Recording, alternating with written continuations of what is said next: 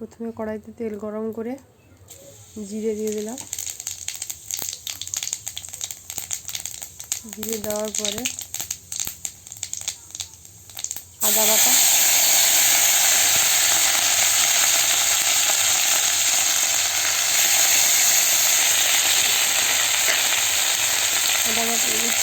নুন দিয়ে দিলে আদাটা আর ঠিক করবে না।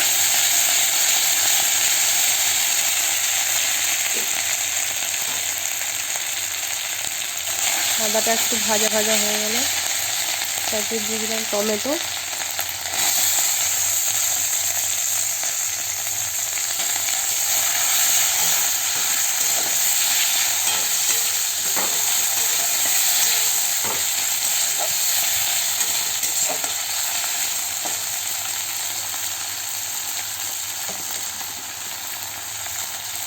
তারপর দিয়ে দেবো লঙ্কা গুঁড়া পরিমাণ মতন, যে যেরকম ঝাল খেতে ভালোবাসে।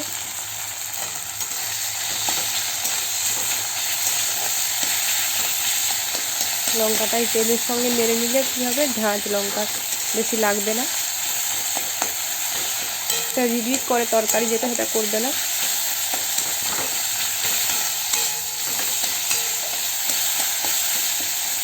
টমেটোগুলোকে একটু প্রেশার দিয়ে ঘেটে নিচ্ছি।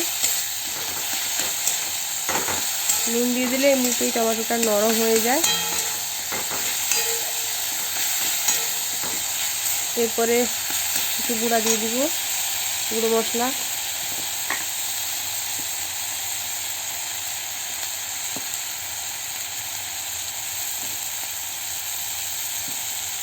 দিয়ে দেবো 1/2 চামচ হলুদ গুঁড়ো, একটু জল অ্যাড করলাম এটা পুড়ে না যায়।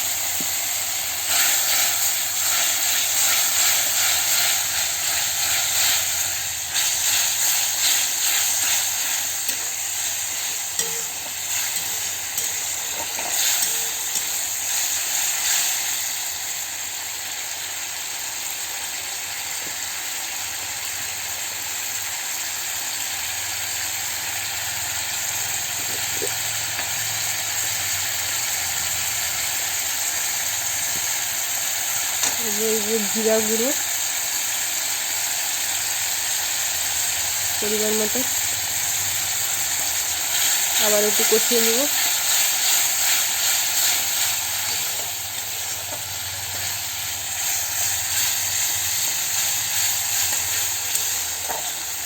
এবার দিয়ে দেবো ভেজে রাখা পটল আলু। একটু বেশি মশলা তেমন লাগে না, অল্প মশলাই হয়। ভালো করে মিশিয়ে নিব।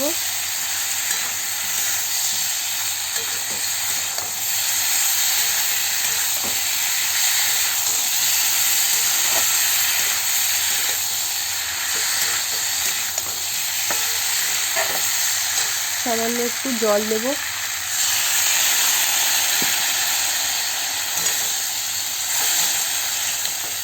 আর 5 মিনিট মতো কষিয়ে নিয়ে, 2-3 মিনিট মতন কষিয়ে নিয়ে তারপরে নারকেলের দুধটা অ্যাড করে দেবো।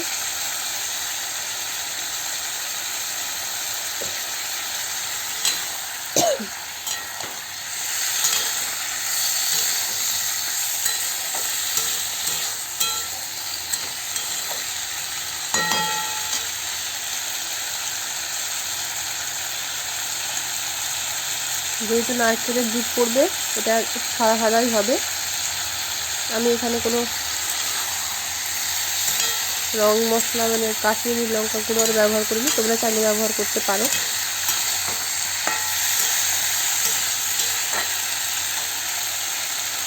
এবার দিয়ে দেবো নারকেলের দুধটা। এতে পুরো একটা নারকেলের দুধ আছে, তোমরা চাইলে হাফ নারকেলও দিতে পারো, যদি তোমাদের ইচ্ছে। কিছুক্ষণ ফুটিয়ে নামিয়ে নিলে তৈরি নারকেলের দুধ পটল।